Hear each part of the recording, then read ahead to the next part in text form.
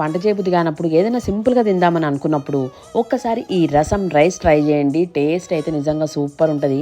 ఎట్లా వేసుకోవాలంటే ఒక గ్లాస్ బియ్యానికి సగం గ్లాస్ కందిపప్పు మంచిగా కడిగేసి ఒక అరగంట అయినాక అందులో కొంచెం పసుపు సన్నగా కోసుకున్న టమాటాలు కూడా వేసి మంచిగా 2 విజిల్ ఉడికించుకోవాలి. ఇట్లా అన్నం మంచిగా ఉడికిపోయిన తర్వాత గంట తీసుకొని అన్నాన్ని మంచిగా మెదుపుకోవాలి. ఇట్లా మెదిపిన తర్వాత ఇందులో కొంచెం నానబెట్టుకున్న చింతపండు పులుసు వేసుకొని ఒక చెంచా రసం పౌడర్ వేసుకోవాలి. సరిపోయినంత ఉప్పు, తినేటోళ్ళు అయితే కొంచెం చక్కెర కూడా వేసుకోవచ్చు.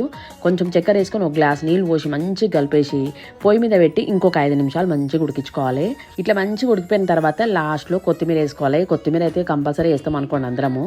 ఇట్లా మంచి కొత్తిమీర వేసినాక ఇప్పుడు తాలింపు పెట్టుకోవాలి. మనము జీలకర్ర, ఆవాలు, ఎండుమిర్చి, ఎల్లిపాయలు అయితే కొంచెం ఎక్కువనే వేసుకోవాలి. దాంతో టేస్ట్ వస్తుంది. ఇందులో కొంచెం ఇంగువ కూడా వేసుకొని తాలింపుని అన్నాలు వేసుకొని మంచిగా కలుపుకోవాలి. ఇప్పుడు మన రసం రైస్ అయితే రెడీ అయిపోతుంది. ఇక వేడి వేడి రసం రైస్లా కొంచెం నెయ్యి వేసుకొని అప్పడాలు అంచుపెట్టుకొని తింటే ఇక ఉంటుంది. నిజంగా టేస్ట్ అయితే సూపర్. ఎంత లైట్ ఫుడ్ అంటే అంత లైట్ ఫుడ్. ట్రై చేయండి.